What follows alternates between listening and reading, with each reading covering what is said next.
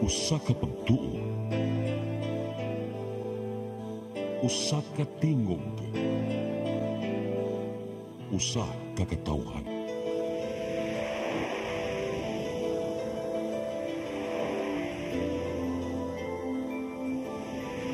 Cebu Catholic Television Network.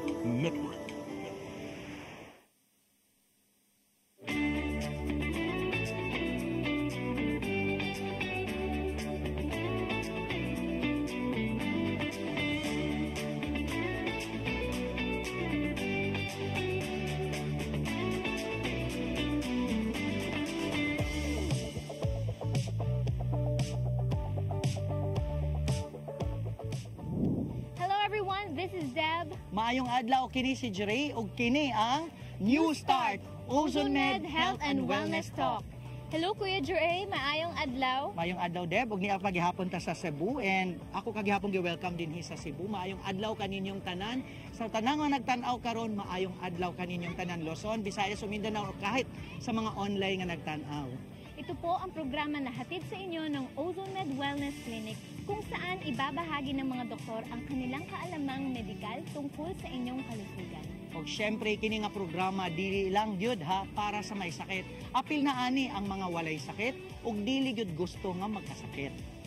Sa programang ito, sasagutin ng mga doctors from Ozone Med Cebu at Ozone Med Davao ang mga commonly and frequently asked questions about health and lifestyle. Kini nga programa dili lang ni para sa mga may edad nga dunay sakit karon ha, para sa ninyo mga batan-on ug syempre mga kaalaman ni mga dugang impormasyon para itudlo namo ninyo unsaon mapanatili nato para magpabilin ta nga healthy ang atong lifestyle. Og Deb, kani nga episode no second episode na ni nato. Last time daghan kay tagisgutan about New Start. Kini nga episode kinsa man ang kuyog ni Doc Rio para mo discuss sa atong topic karon. Kasama ni Doc Rio, Kuya Jure, ang physician in charge in Ozone Med Davao na si Dr. Colleen Badoy. Ug hisgutan nila ang 5 benefits no, o 5 healing benefits of ozone therapy. Di na natin to patatagalin, Kuya Jure. From Ozone Med Davao, maayong adlaw Doc Rio and Doc Cos. Maayong adlaw mga doctors.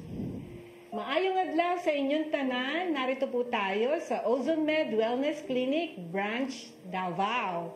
At with me, kasama po natin ang beautiful physician in charge, Dr. Cols Badoy. Pati ka muna, Dr. Cols Badoy. Good morning to everyone, sa lahat ng mga Dabawenyo, sa lahat ng parte ng Mindanao. Salamat sa inyong lahat. Naku, we're so excited, Doktora. Another episode natin, no, para maintindihan kung paano at anong ginagawa ng ozone therapy sa bawat pasyente nating nakikita dito sa Davao, no? And then, a review lang, no? The medical ozone therapy is another form of treatment, no? Another form of modality wherein the patient could choose, no? Whether they wanted it to stay and sustain yung kanilang wellness, no? Even for the cancer patient to get out of their journey, magandang maging improvement ng quality of life nila, di ba? And some of our patients nakakabalik talaga sa dati nilang mga trabaho. And that's our goal, no? Yung the improvement of the quality of life of a patient who have been diagnosed with cancer. And so with those illnesses na nakikita natin, yung mga aging process, ano nga ba nakikita natin dito? Marami, no? Di ba? Marami po kami mga kaso dito ng diabetes, hypertension, coronary artery disease, and cancer po. So yun po yung mga top disease namin nakikita dito, Doktor. Yeah, because of the common causes talaga sa PSA, and reported talaga. Number 1, ang heart. Number 2, yung cancer na ngayon. Dati number 3 siya. Cancer, Doktora, yes. And then the third one, ayan na. Marami ng mga cases din tayo nakikita. But for now, for our episode today, we wanted to talk about the healing effect. There are 5 healing effects that we will be discussing so that our patient and our viewer here would understand the effect of medical ozone therapy, no? In a way na maintindihan sana nila na hindi naman yung pagiging kailangan nila maging doktor para maintindihan ito, but in a way na kampante sila at naintindihan nila. And I hope this information will be able to give them a way na ma-understand, no? And then ma-check nila kung this is really right for them also to choose, no?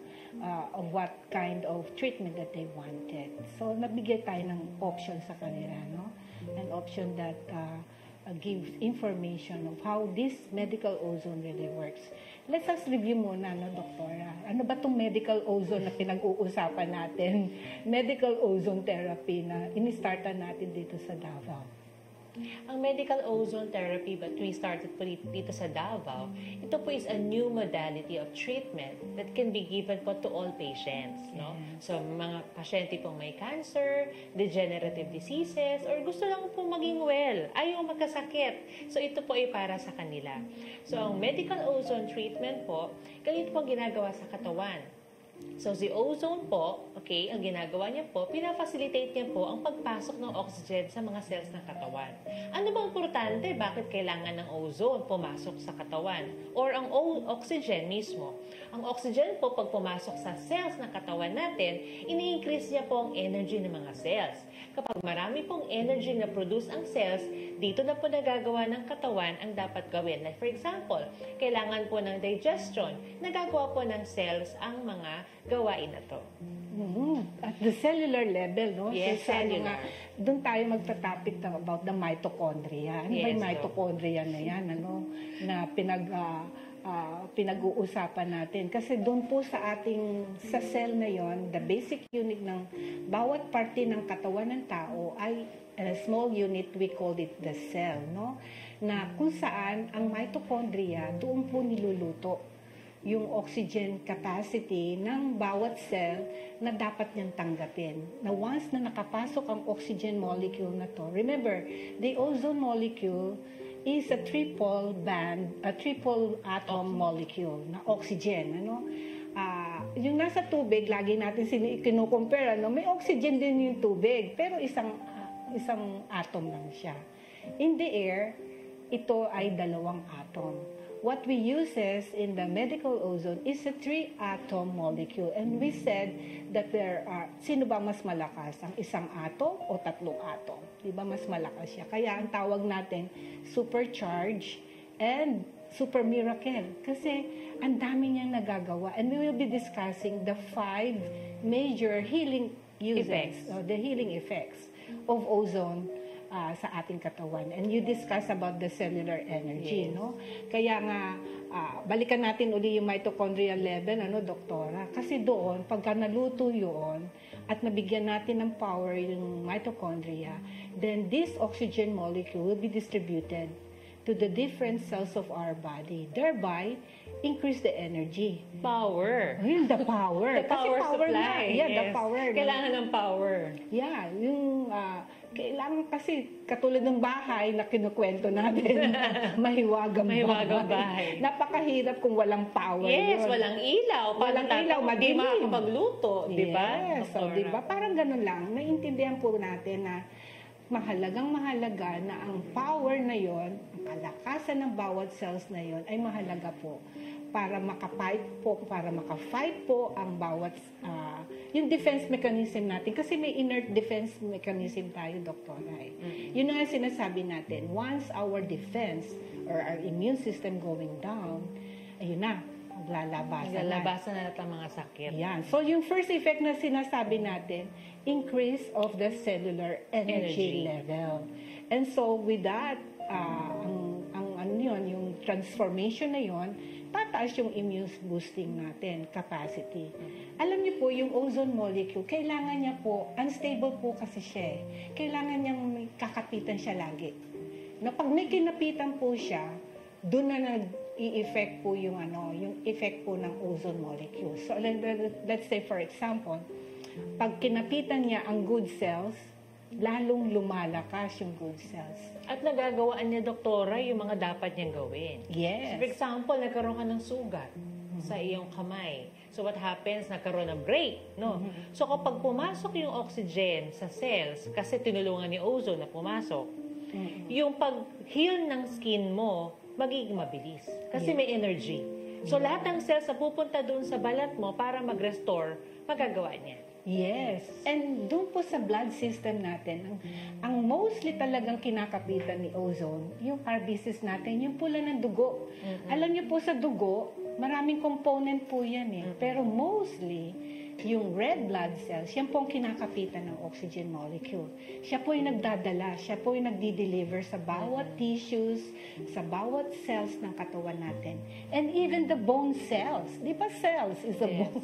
May bone cells din. Kaya nga po, mahiwagang ano siya, mahiwagang hangin, mahiwagang gas, no? A molecule that you cannot just see, but you can see the changes. Ito yung mga transformation na nangyayari inside our body. And so, pagka malakas ang energy mo, malakas ang immune system mo, di ba, no, doktora? Eh, ang mga cancer patient, immunocompromised Yun ang problema no? sa mga cancer patients, no? Mababang immune system nila. So, mostly, doktora, sila yung nakaka-benefit din sa ozone treatment at nararamdaman nila yung effect ng ozone. Yes. And then, we can also compare, no, na pag nga una kasi ang ozone molecule, remember, this is an oxygen molecule. Talagang malakas ang pasyente, eh, no? And then they could also blend with the, yung combined therapy when they are also receiving the chemotherapy and even other modality. It can combine. It's not really contraindicated, but at the same time boost the effect also of the chemotherapy, and at the same time increase the immune system ng mga pasyente, di ba? Yes, doktora. Yung mga patients po namin dito sa Davao City, no, sa Davao branch ng Ozone Med Wellness Clinic, yung mga pasyente namin, marami po nagkikimo sa amin. And one good thing po na benefit that they say is nakakayanan po nila ang kanilang chemotherapy treatments. So, ginagawa po nila before po sila mag-chemo or after chemo, they do the treatment po sa ozone. And it's a big help sa kanila, doktora. Talaga, kasi parang nire-repair ni ozone molecule yung mga sinisirang pilit ni cancer cells. So, there are actually 5 R's that we are really wanting to know and share about the effect of this.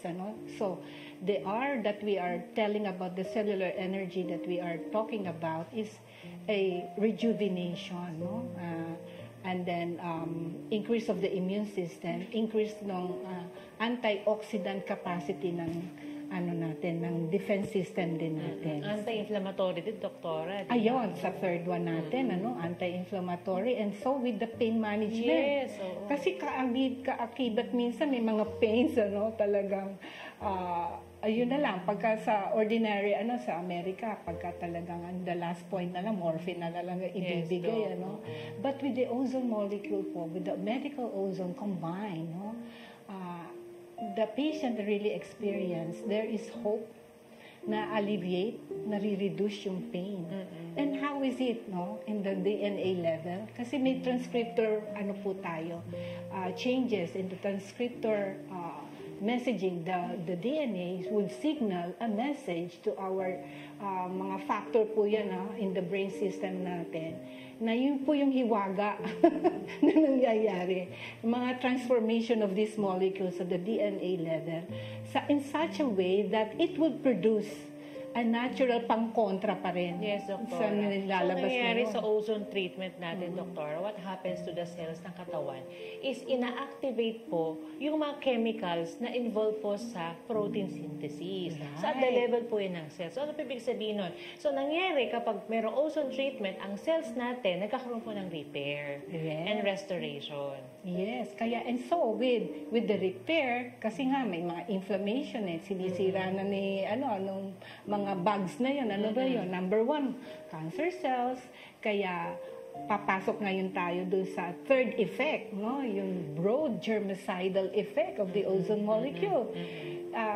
Kahit na nga yung mga resistant strain, kasi may mga pasyente tayo na ang taas-taas na ng generation ng antibiotics, and yet walang effectivity, But with the addition of the medical ozone, helping out that cells be able to synthesize a program within the cells na talagang adaptable, na Like for example, for the bacteria, anong dinadali ni ozone molecule doon?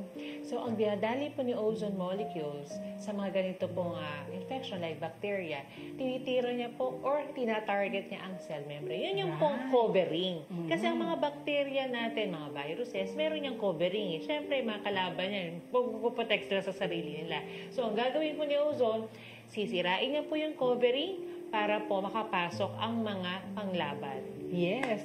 And sa virus naman. Di ba Yung mga mga virus virus. may mga spikes. Yung mga spikes ng virus, tinatapyas niya. Oo, Kasi yung virus, yung talaga. spike, yun yung pang-penetrate, di ba, Doktor? Oo. Parang sa COVID. Oo, Yun yung diba? kumbaga sa Ang toro, tusok yun, niya. yun yung horn. yung toro, di ba, ang toro, paglalaban, nakaganyan, nakamustra siya. So, parang ganon sa viruses. Yeah. So, I'm so excited that you explain it that way, na talaga Mabot pa tayo kita ng mo na- toro. Oo. And then also the flagella from the amoeba Oo. and the protozoa. Mga buntot naman to. Mga buntot to. Kaya talaga mga sawa-sawa naman. Yeah, at ganun ka super miracle Grabe po yung mag effect na to. ozone pala, no? Talaga, no? Ano pala siya, applicable to all.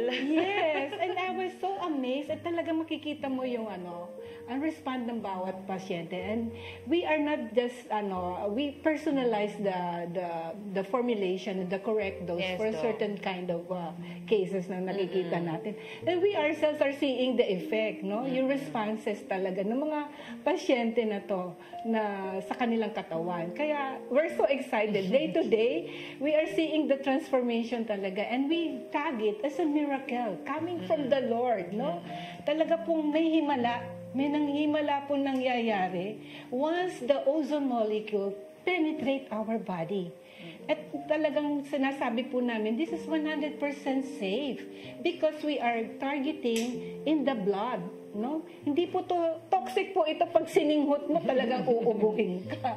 Kawawa naman yung may lung problem, But we're not inhaling this one. It should be combined with the liquid, no? The ozone molecule should enter the blood, the plasma, the lymph, the serum saline, no? Yung natural na saline content ng katawan natin. Kaya nga tayo pag nagpawis, di ba, maasim.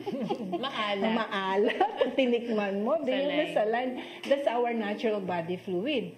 Okay? So, ganun din sa mga other parts of the system. Okay? So, tatlo na yung na-discuss natin kaagad, Doktora? Cellular energy level, immune boosting, no? Germicidal, anti-inflammatory, under yun ng pain management. Pain management. Kaya talaga po natatanggal ang sakit. It relieves. It alleviate, no? Yung reduces the pain. Yes. Kasi it has something to do with the mga prostaglandins, yung mga release of the cytokines, yung mga nasa mga medical po dyan. We are talking about in a way na maintindihan po natin, Kaya minsan kung nilalagnat, 'di ba? Sabing ganon, pag mataas ang temperature, inuman mo ng tubig, bababa din ang temperature. Sometimes we do the sponge bath, 'di ba? Kasi ano ba yung meron doon sa tubig? May oxygen doon dahil pinunasan mo siya, no? And then that's the natural way of putting down the temperature. But we have also another one, preconditioning. That's why we have this another topic, no? After this break, yung tungkol naman doon sa natin, another form of increasing and conditioning the body system. We talk about it after this break, Doktora. Doktora, gusto ko lang pong emphasize, sa mga nanonood po, gusto kong malaman po ninyo na ang ozone treatment po is dose-related. So, ano po ibig sabihin ng dose-related? Meaning po, iba-iba po ang dose o protocol namin sa treatment ng mga pasyente. Hindi po pare-pareho ang cancer, hindi rin pare-pareho po ang mga sakit. So, dose-related po. Kasi may iba pa naririnig, bakit iba ang protocol, iba ang mga dosing, no? So, ganun po siya, dose-related. So, ina-adjust po namin, customize po natin, depende po sa status ng health ng pasyente. Yes, pag-usapan natin yan uli. And more of that after this break, Yes. Doktora. Naku, excited ulit tayo dyan. Yes. Maraming salamat, Doc Rio and Doc Cos. Mubalik mi ninyo niya, ha, Deb, daghan kayo sila gi-discuss about ozone therapy. At syempre, naibawan po ninyo nga ang ozone therapy dili lang sa para sa mga may sakit, Syempre katong mga naay mga hypertension, yung mga titawag diha nga high blood, ug syempre katong naay mga diabetes ug uban pang mga sakit, pwede gyud kaayo ang ozone therapy. Tama ka dyan, Kuya Jure, at mas lalo nga akong ginaganahang magpa-ozone. Tama ka, Deb, no? Og syempre, gigamit po sa Ginoo ang ozone therapy. Og syempre, kami diri sa Ozone Med Clinic, no, gigamit po ng among mga staff, ang among mga doktor, og kaming tanan na himong saksi sa gibuhat nga milagro sa atong Ginoo, sa kinabuhi sa atong mga pasyente. At tama ka talaga dyan, Kuya Jure, dahil ang nagpapagaling talaga ay ang ating Panginoon. Yes, tama ka, Deb. Og syempre, no, daghan na kay tag mga nag-gather nga mga overcoming og healing stories from different branches, gikan sa Manila, gikan sa kung sa asa man, sa 11 ka mga branches sa Ozone Med Wellness Clinic. Og karon, usa na usab ka testimony ang inyong mapanood, ang inyong makit-an karon. Panoorin natin ang healing stories na ito. I'm Sherry Rodriguez. I am 42 years old from Santa Rosa, Laguna. I was diagnosed brain tumor on my left frontal lobe. So it was last 2022 when after my second dose vaccine, laging sumasakit yung ulo ko. Left side only here. And then talagang pumipitik siya and then hindi siya nakukuha na sa biogesic.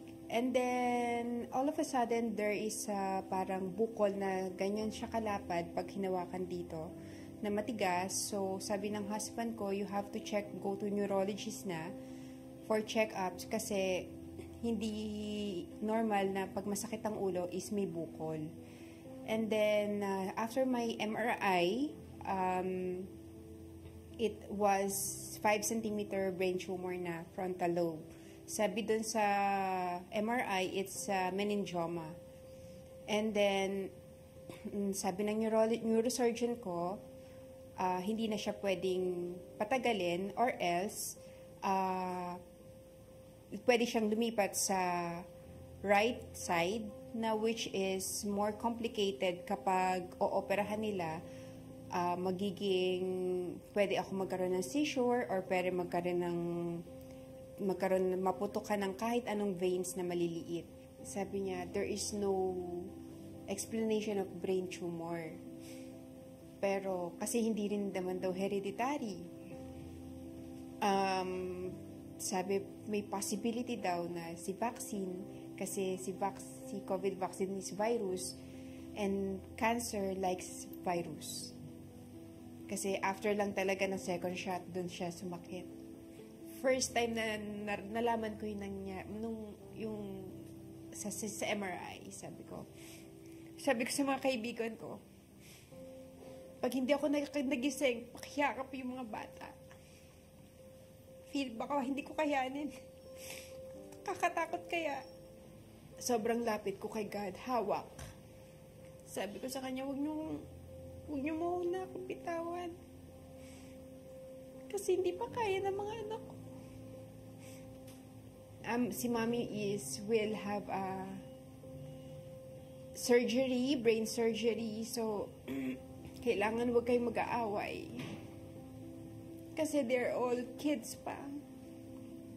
Saan ka umuhugot ng mga sakit?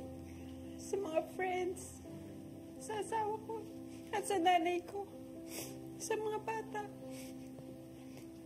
Sila yung na dapat lumaban ako eh.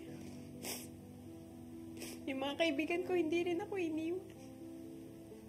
Mga high school friends ko, they fundraise pa.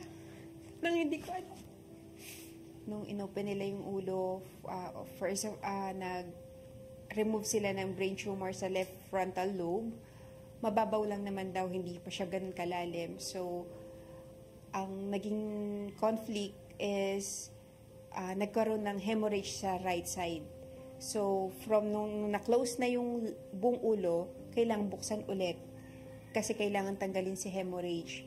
Na siguro is because of the drain, hindi ko alam ma-explain scientifically kung ano nangyari. Wala naman akong hemorrhage doon nung bago akong sinalang. And then, pero after kung nagising, buong left ko, left side ng body ko, hindi ko magalaw. Even na close open, hindi ko ma-close open yung kamay ko. Mayroon sigurong nerves na nadali, kaya hindi ako makapag-close open man lang. So, 1 month din ako nag-physical therapy muna. Nakakatakot kasi syempre, pag brain is major organ na ng body, so, isang nerve na pumutok, aneurysm yun. Pwede ka ma-brain dead, pwede ka rin ma-paralyze, pwede ka rin ma-stroke. So, that's it. Sobrang iyak, sobrang sakit sa loob. Kasi sabi ko, anong ginawa ko? Anong nangyari? Bakit may nakain ba ako? May masama ba akong ginawa noon? Wala naman akong bisyo. So why? Why me? Yun ang unang tanong ko. Bakit ako? And then sabi nga nila is, everything happens for a reason. Gusto akong hilahin pabalik ni God sa Kanya. Nung natanggal na yung brain tumor ko sa left side, nagkaroon ako ng seizure after. So, hindi ako nagising ng ilang oras na supposedly gising na ako. So, they rushed me again to MRI. Nakita, nagkaroon ng hemorrhage on the right. So, it means 2 beses binuksan yung ulo ko. Nung lumabas si biopsy, it's lymphoma. Brain lymphoma. And then, inano nila ako for chemotherapy. Natakot ako. Sobrang takot ko kasi in the first place, wala na kaming cash. Second, baka second life ko na nga to, baka yun ang chemotherapy ang hindi ko kayanin. Sa chemotherapy kasi, of course, I will do my research first bago ka papasalang sa kanila, di ba? They will kill your good cells and bad cells. Okay lang kung si bad cells lang. Kasi kung pati si good cells, sisirain ang buong immune system mo. So, yun na lang meron ako that time, immune system. Yung anak ko, Mommy, why are you bald? Sabi ko, it's just a hair. At least Mommy is still alive. Kinausap ko si husband, sabi ko, hindi ko kaya na, chemotherapy. Maybe that's the biggest decision of my life na wag magpa-chemo. Sabi ko, baka doon ako mawala. Si husband is very supportive. Sabi niya, kung hindi mo kaya, sige, hanap tayo ng ibang solution. We will go to alternative. So, research ako kung anong kailangan na other alternatives, and then I found out this Ozone Med. So, punta kami agad ni husband dito sa Southwoods. Kausap ko si doktora. Ang buong consultation ko sa kanya is iyakan. After ilang months, I have my PET scan. Sa PET scan ko, no traces of cancer. Lahat ng laboratories ko, lahat normal. The last check-up is, yun pa rin, no trace of cancer, no trace of any tumor na bumabalik sa ulo ko. Actually, yung ulo ko is, half of it is artificial skull. Kasi, hindi na siya pwedeng ibalik yung skull ko before dahil pag binalik daw is pwedeng kumalat yung cancer. So, artificial skull is titanium na yung kalahati. Ngayon, thank God, alam ko na hawak ako ni Jesus during my operation. Hawak ako ni Jesus until now. Kaya, continuous healing. Napaka-thankful ko kasi kasama to sa prayers ko na sabi ko, Lord, bigyan niyo po sana ako ng doktor na hindi po ako ilalayo sa inyo. Kasi po, yung mga doctors ko, natatakot ako.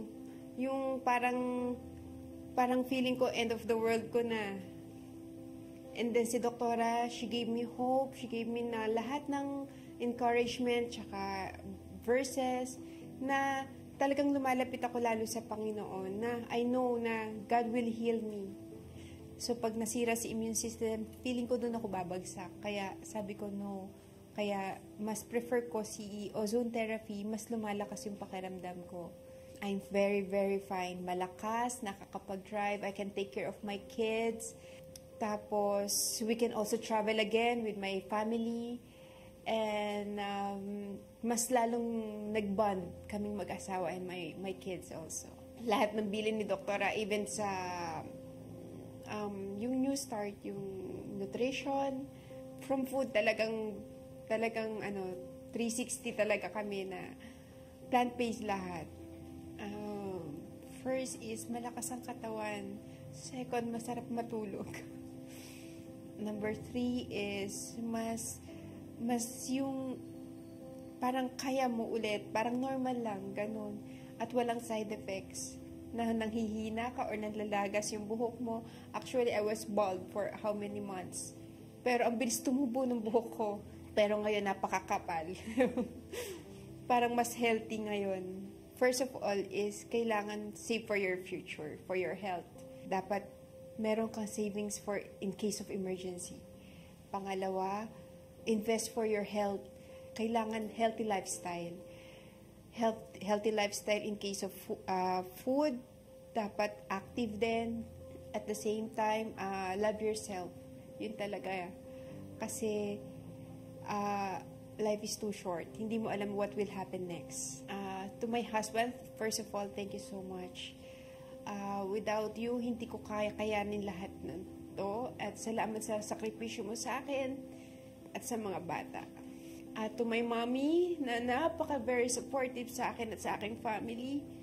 Sa mga family ko, relatives, my cousins. Thank you so much sa lahat. Saka sa mga may pinagdadaanan po sa buhay, don't give up. Lagi po kayo magpe-pray. Kasi si Jesus, nandiyan lang siya sa tabi natin. Hawak lang po sa Kanya. Huwag po kayong bibitaw. It helps me a lot, lalo na si Doktora, na napaka-supportive sa akin, na lagi niyang inililief yung spirit, tsaka yung hope ko. Sa mga nurses dito na mababait lahat, na lagi kong katsikahan. At saka kay God, number 1, at kay Pastor, na hindi niya ako binibitawan lagi, na lagi niya akong pinagpe-pray over. Thank you so much sa lahat po sa inyo. Dito po sa Ozone, I think every my 10th session, may laboratory kami. So, namomonitor po kung what is the progress po ng ng health nyo. Actually, minomonitor pa rin ako ng neurologist ko. So, before, every month ako nagpapa-consultation. Pero nung nakita niya yung labs ko, laboratories, at saka MRI result ko, sabi niya, every 6 months na tayo magkita. Kasi normal lahat. Number 1 na nag-aano niya yung stress. Kasi kapag stress ka, hindi ka happy sa life mo, mabilis bumagsak ang immune system mo. Yung work ko before, medyo stressful siya. Pero dapat enjoy life lang talaga.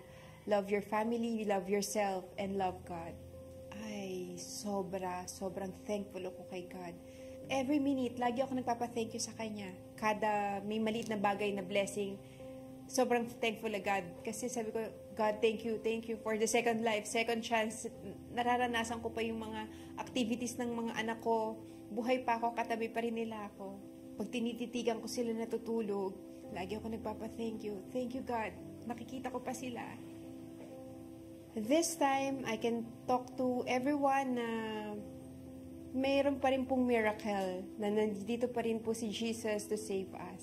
Actually, may panganay is already 20. My second is 9 and third is 5. Actually, yung panganay ko is he helps me a lot during my recovery period.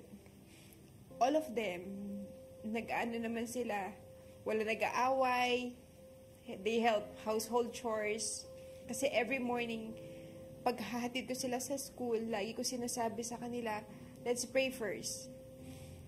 And pinagpe-pray ko sila isa-isa na please guide us, protect us, and cover us with your holy blood, Jesus Christ of Nazareth. Kaya alam nila na always kapit kay God. Huwag kayong bibitaw. Kasi siya talaga yung healer natin. Instrument lang yung nagpagaling kay Mami, pero si Jesus talaga ang nagpapagaling sa atin. Pag may bago dito, like ko sinasabi, laban kayo Mami, kasi hindi natutulog ang Diyos. Laban kayo para sa anak nyo, para sa pamilya nyo, laban kayo, huwag kayo susuko. Problema lang yan, dadaanan lang natin yan. Huwag natin tambayan. Actually, sabi ko nga kay God, pagka nagpe-pray ako, God, bigyan mo ako ng sign, paano ko ibabalik sa'yo yung binigay mo sa aking second life. Ano gusto mong gawin ko para makatulong din ako sa iba? Oo, na feeling ko na marami magkakaroon ng pag-asa. Na hindi pa huli ang lahat. Ako po si Cherry Rodriguez, diagnosed with brain lymphoma. Ako po ay nagpapa-ozone therapy at gumagaling at patuloy pang nagpapagaling. Okay, mayong adlaw kuyog na ko karon ang atong physician in charge dinhi sa Ozone Med Cebu. Syempre batan-on ni siya no at mo ni ang atong doktor nga nakatutok yun dinhi sa Ozone Med Cebu sa mga pasyente dinhi. Og karon istoryaan na mo ang mga frequently asked questions sa atong mga kababayan dinhi sa Cebu no about health and lifestyle. May impact pala dok no ang atong lifestyle sa atong health. So karon dok, maayong adlaw nimo? Ayong adlaw. Ayan, daghang kay kong pangutana nimo dok. So I hope nga Sure. matubag pud nimo tong mga pangutana sa atong mga viewers nga nagtan-aw karon. Okay. Dok, unsa ka importante ang mental health? Napaka-importante kasi ng mental health kasi yung mga sakit na nararanasan natin ay hindi lang dahil sa sakit, dahil sa physical na sakit, but also merong pinanggagalingan na galing sa hinukuna-kuna natin, yung mga iniisip natin, yung mga anxiety natin, doon nagmumula talaga yung mga sakit natin. And nakaka-apekto ito sa ating katawan, like tumataas yung mga BP natin, yung namamaga yung katawan natin, sa buong katawan, and also tumataas yung BP, heart rate, yun. So, malaking impact ang mental health sa pagkakaroon at pagpo-progress ng ating mga sakit. We're talking about mental health, dili lang sa itong mga pasyente. No? We are talking about sa mga generation, young generation. Kasi mas daghan dok no, ang mga may problema sa mental health sa mga young generation. Yes, kasi nabibigyan sila ng mas maraming pressure, lalong-lalo na ngayon. Pinipressure sila to have a greater life, yung mga nakikita nila sa social media, peer pressure, yung mga nakikita nila sa social media na kailangan nilang abutin. Minsan naiinggit sila sa mga nakikita nila sa social media. So, nape-pressure sila, yung mga hinuhuna-huna nila, so nakaka-affect pa. So, it affects your mental health, what you see and what you hear. So, Yes, correct. ano sa mga dok, maayo nga buhaton, especially nung katong mga tao nga nagtan-aw karon no nga nagsasuffer sa mental health nila dok. Unsay mga pwede nilang buhaton, hinay-hinay nga pwedeng buhaton? Good question. So, ang maganda natin gawin dito ay kailangan meron tayong positive outlook in life. Hindi dapat natin kailangan magpa-control sa social media. So, kung hindi natin makontrol yung nakikita natin sa social media, then you should limit yung pagtingin. Yung hindi tayo laging naiinggit sa mga nakikita natin sa social media. Kasi in reality, hindi lang yun yung nakikita dapat natin in the surface. But we have a positive outlook in life. Kailangan yung physical body rin natin, iniingatan natin para hindi maapektuhan yung ating mental health.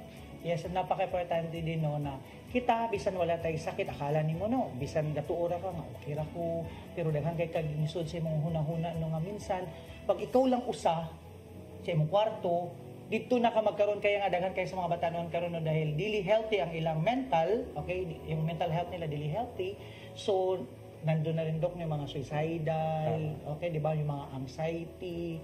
So, usa po dok sa makatabang na siyempre dahil immerse nimo imong kaugalingon kung naa kay isyu nga giatubang sa kinabuhi, i-immerse nimo imong kaugalingon sa Word of God. Tama. So, kailangan talaga natin yung ating paniniwala sa Panginoon, kailangan ma-develop talaga yan. Kasi walang ibang makakatulong sa atin kundi ang Panginoon. Kasi siya ang magbibigay sa atin ng kasiguraduhan sa buhay. Siya ang magbibigay sa atin ng kalinawan sa buhay.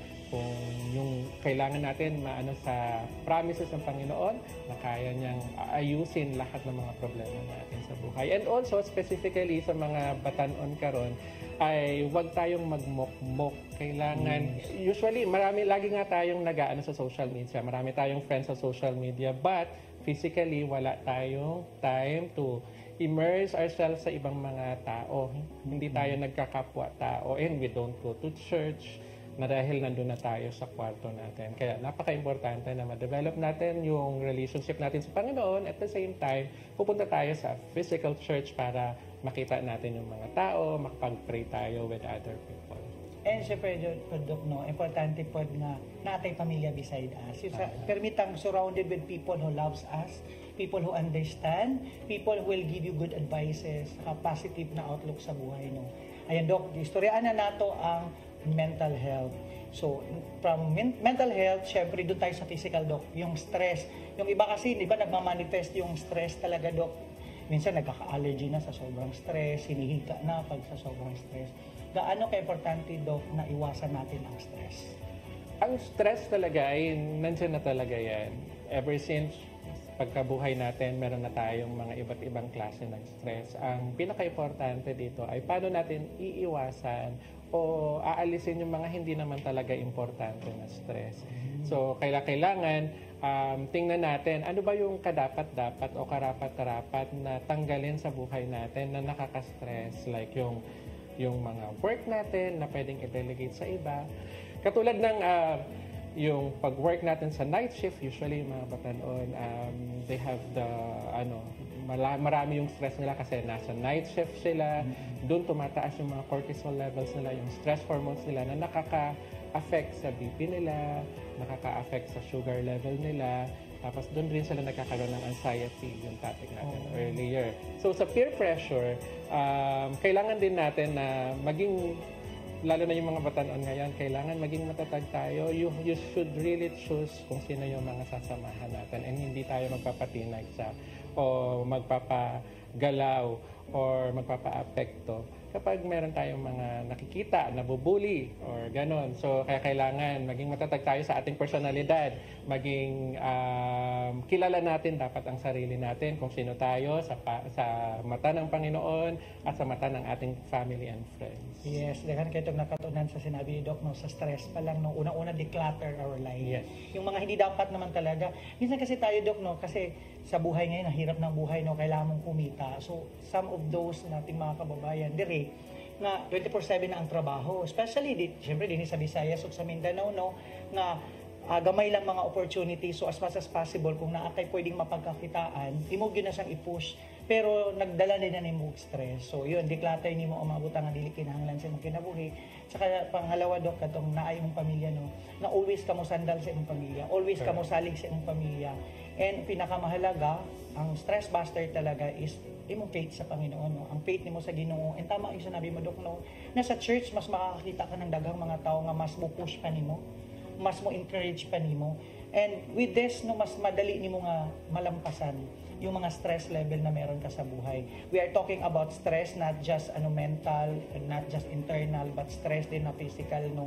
Kasi pag nasi-stress ka, Dok, hindi ka na makatulog.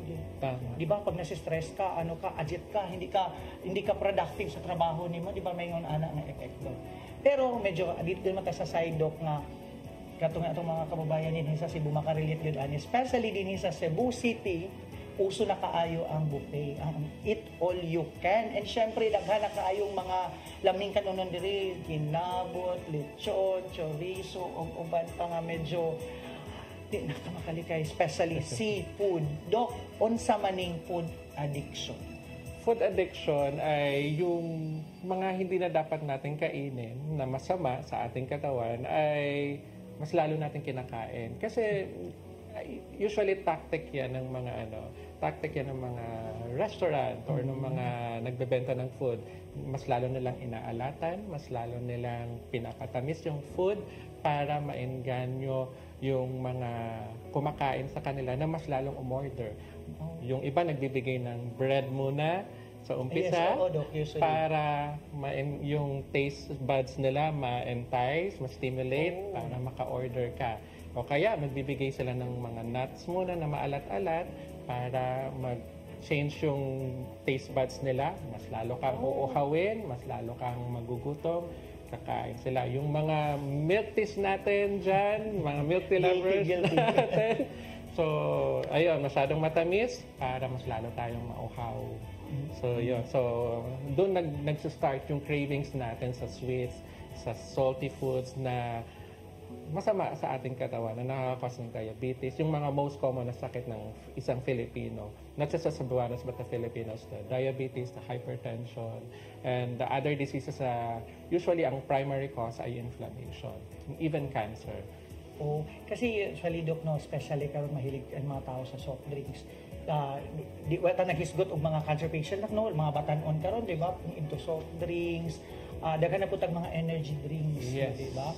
And syempre, tanan makarelate ani ng mga coffee diyan di ba nagdaghan na kayo ang mga coffee shop din sa Cebu, Doc. So dapat pala ni kani siya ato gini siyang likayan, no, hindi ibig sabihin na mayon ka bata palagi ko ani ikatiguang na kumuhunong sa kanon sa dili gid dapat Hindi po dapat. And speaking of coffee, yung ano rin natin kasi yung mga batanon na nag-work sa mga BPO, they try to wake up dun sa mga dapat inaantok na tayo. So ang ginagawa nila, inom sila ng mas maraming coffee para magising sila. Ang nangyayari kasi doon, yung neurotransmitter natin sa brain, imbes na matutulog tayo, pinapalitan niya nung stimulant ng coffee. So yun, magiging addiction na rin siya. So which is bad. Wow. So, di ba, karon ako naliwanagan ko ani nga resulta ni Doc. And syempre, Doc, siguro napaka-importante na matutunan nato, mahibawaan nato ang moderation sa tanang butang, no?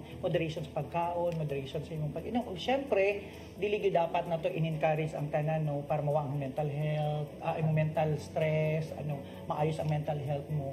Dapat din siguro yung alcohol, Doc, no? Kasi we're talking about food addiction, pero how about alcohol addiction, Doc? Regarding sa alcohol addiction, and even the smoking. Okay. So, alcohol and the smoking addiction ay nakaka-apekto yan sa liver natin, sa lungs natin. And also, meron kasi yung neurotransmitter din yung problem nito sa brain natin. So, pag once na nag-take na tayo niyan, hahanap-hanapin na natin ito.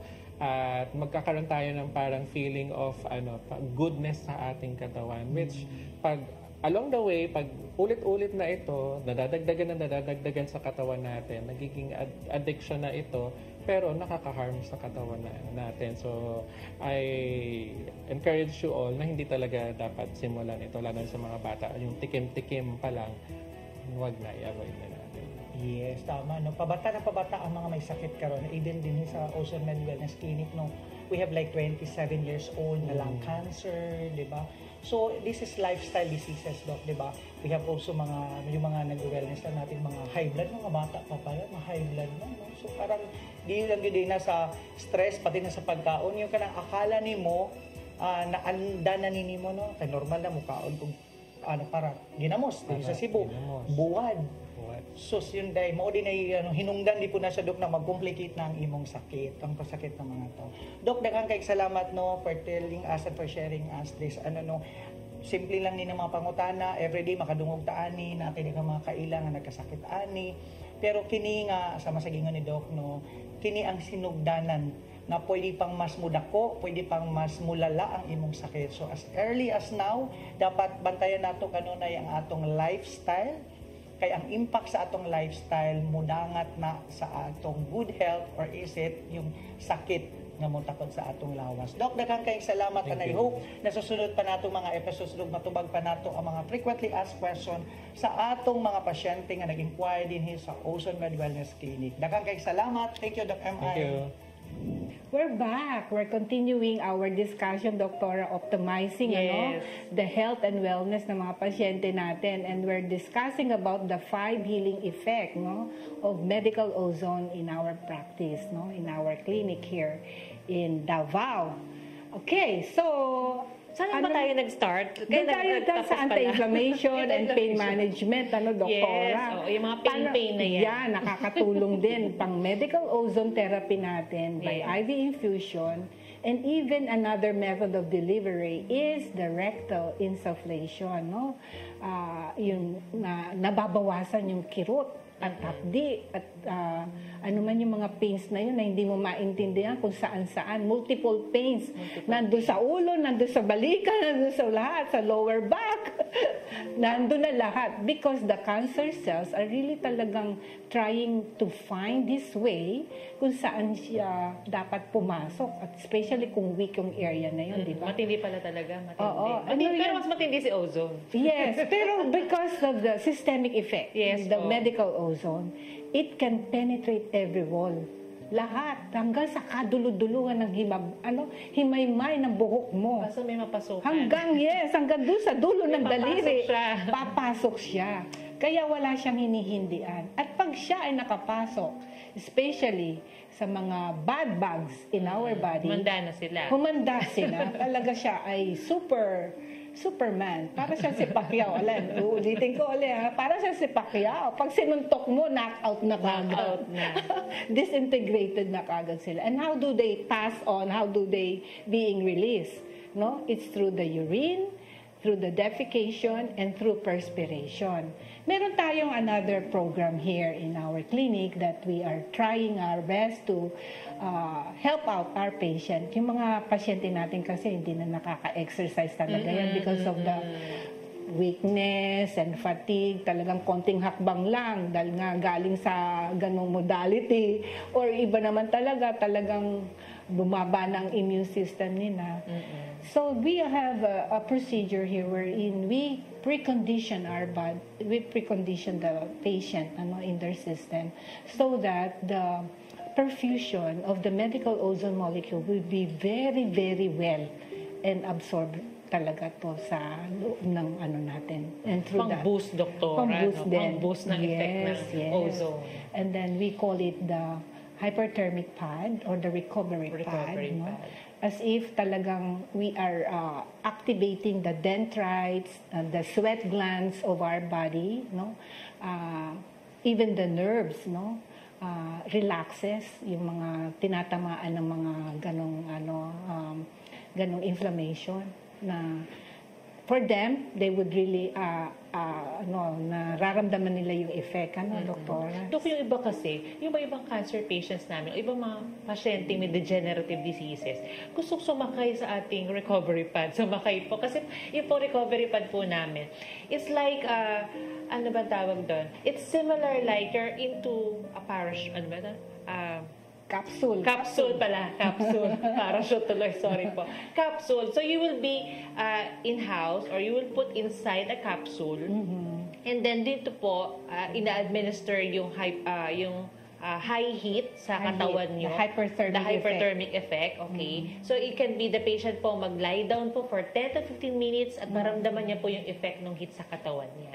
So yun po yung sinasabi namin na hyperthermic conditioning. Yes, and also that means it increases the blood circulation of the patient. Thereby, once na ikinabit na tuloy yung medical ozone therapy natin, mas lalong perfuse na mas mabilis pumasok si ozone. Yes, pasok na pasok siya. Pasok na pasok. Kasi bawat malapad yung mga ugat natin eh. So, Yes. ang recovery pad po, pinapalapad niya po yung mga blood vessels natin o mga ugat. Yes. So, para pong ganito, pag darating na yung ating bisita, kailangan po ang daan po ay malapad para makapasok. So, parang ganun po. So, pinapalapad ng recovery pad ang daan para makapasok po si ozone na siya po magbibigay ng energy sa bawat cell. At dahil dyan, papasok tayo sa panglimang effect, the healing effect, natanggal na, review natin, the cellular energy level will be increased, i-increase din ng immune system niya, It has a broad germicidal effect sa lahat na ng bad bugs in our system. Lahat ng mga kontra natin, mapa-cholesterol din yan. Lahat ng mga sidal, germicidal. Pampatay talaga, pinapatay niya talaga. So, pang-apat natin yung pain management, anti-inflammatory. And now, we're going into the anti-aging. Yan ang mga gusto namin. Yan ang gusto natin. Talagang manatili ang ating kagandahan, ang ating alindog. Ma-maintain ang lahat ng mga kagwapuhan. And I'm really very thankful for the medical ozone that I have been receiving for 16 years now. I'm coming into 17 years.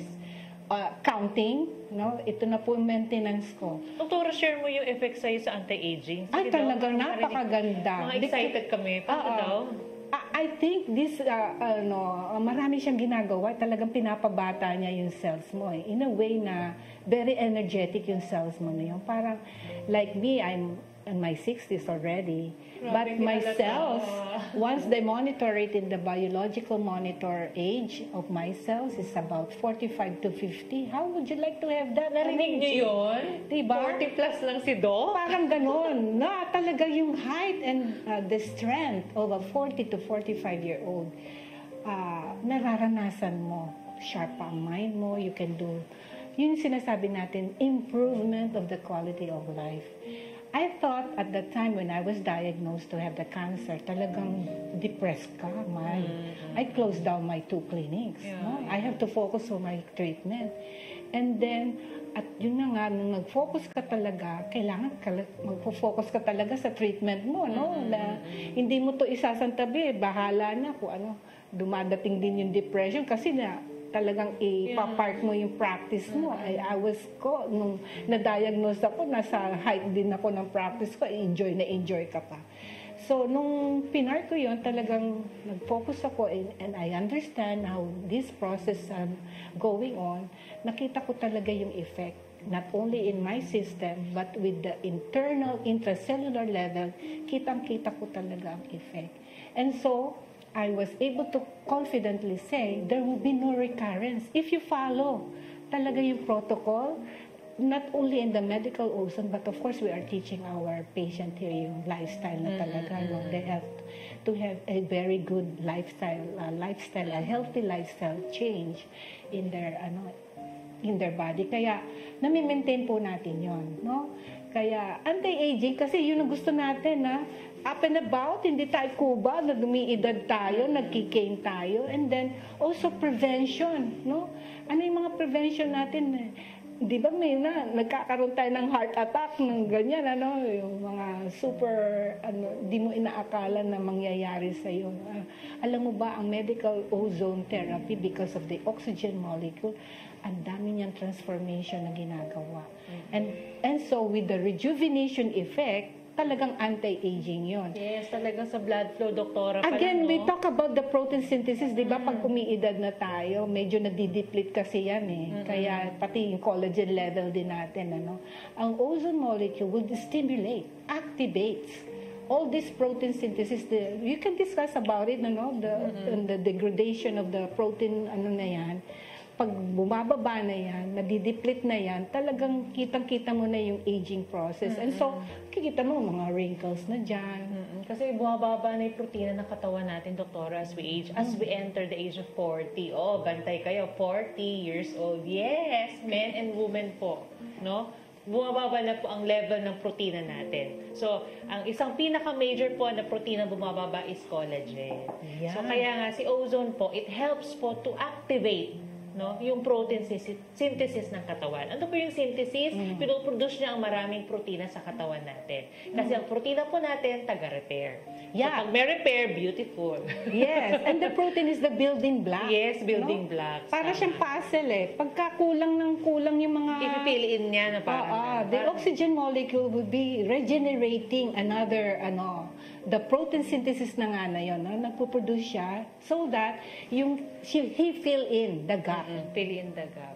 Okay. So, kaya, new agad. New regeneration. Regenerated. Kaya ang dami niyang 5 hours, doktor? Again, anong sa mga 5 hours natin?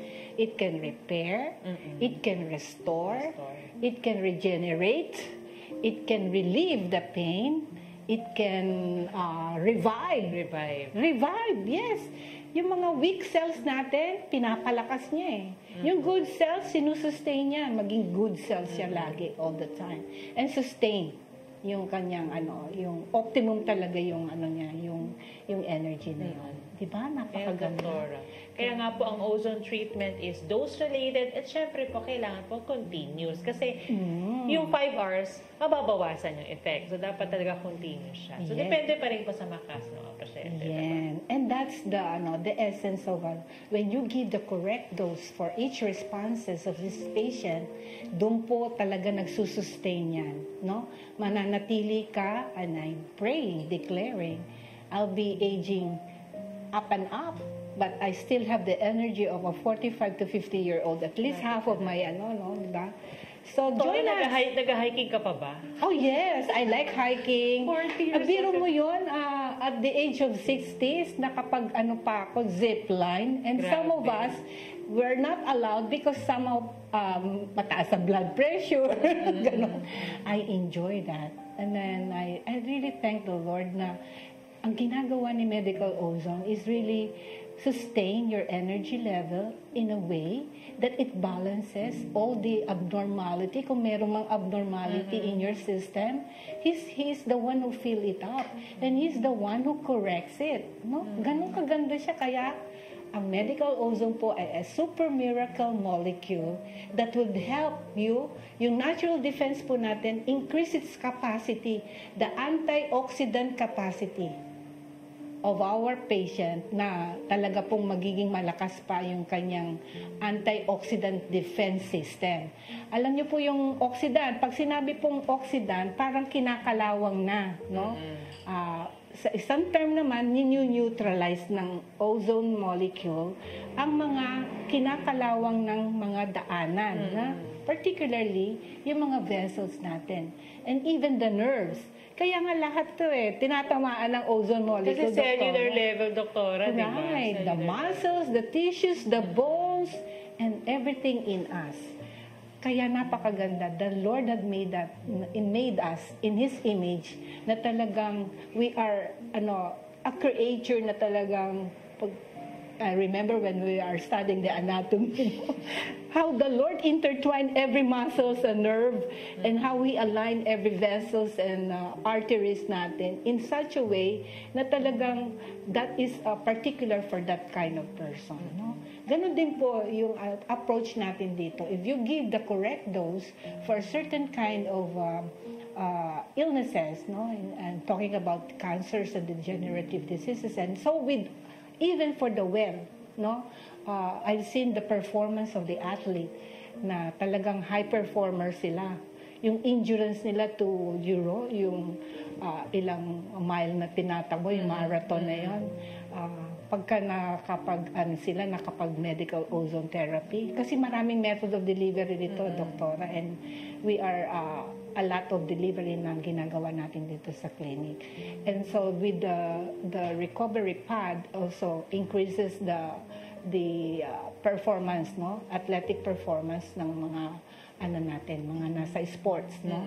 At nakita po natin yan na at least mga once a week or depende dun sa pangangailangan ng nila ng system nila. So we gauge it all na talagang before they come in, we also assess the blood picture of that certain kind of patients. Kaya dito po, this clinic is not only for cancer, degenerative diseases, but also for those who wanted to be well all the time. No? And to be more well. Yes, more well, and then masustain nila a healthy living, and maalis sila doon sa mga batteries o maraming maintenance, maintenance medication.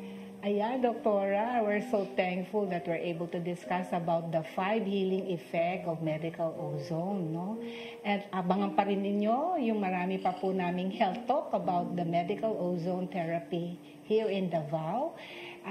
And so we're so thankful for Dr. Coles being our physician in charge. May you give them the address and the time slot that we are having here? Salamat po sa inyo na gusto niyo pong mag-try ng ozone medical treatment namin dito sa Ozone Med Wellness Clinic Davao. So, ang address po namin is General Luna Street, ground floor, Salvacion Building. So, dito po, makikita niyo po kami. At you can come anytime po, Tuesday to Saturday, 8 to 5 p.m. po kami. You can just book po your appointment via the number po posted in the Facebook. Thank you very much, Doctora. Yes, Doctora. I'm so excited that we will be discussing more and more as we give this Yes. information to give light to our patient and at least give them hope, no, that there is another new thing here in the Philippines that the Lord has given us. We thank the Lord for our time here and discussing about the medical ozone therapy in Davao. Thank you very much. Thank you, everyone. See you. Daghang salamat, Doc Cos and Doc Rio. Kayo dyan, sana marami po kayong natutunan sa ating episode for today. Sa mga kababayan nato nga nagtan-aw karon sa Visayas ug Mindanao ug sa mga online nga nagtan-aw diha, hinaot nga kamo na ay nakatunan sa among i-share karon ug manghinaot mi nga kini mahimong guide ninyo para makatunan pa ninyo kung unsa man ang matabang sa ozone therapy para kaninyo. Ug kung kamo nagtanaw ani, i-share ni sa inyong mga kailang nga naay sakit o kung gustong mahibaw-an ang ozone therapy, gamitan ning QR code para makakuha mo og special privileges o mga discount sa atong mga branches sa Ozone Med Davao, Ozone Med Cebu ug Ozone Med Bacolod City. To learn more about ozone therapy, please visit our Facebook page, Ozone Med Wellness Clinic, and our website, ozonmedclinic.com. Thank you so much for watching. Please follow us on all of our social media accounts on Instagram and TikTok. This is Deborah. Og sa sunod natong episode at ang gihapon mi dinhi lang sa CCTN Channel 47. Daghang kayong salamat kini si Jurey Mirafuentes ug kini ang New Start Ozone Med Health and Wellness Talk.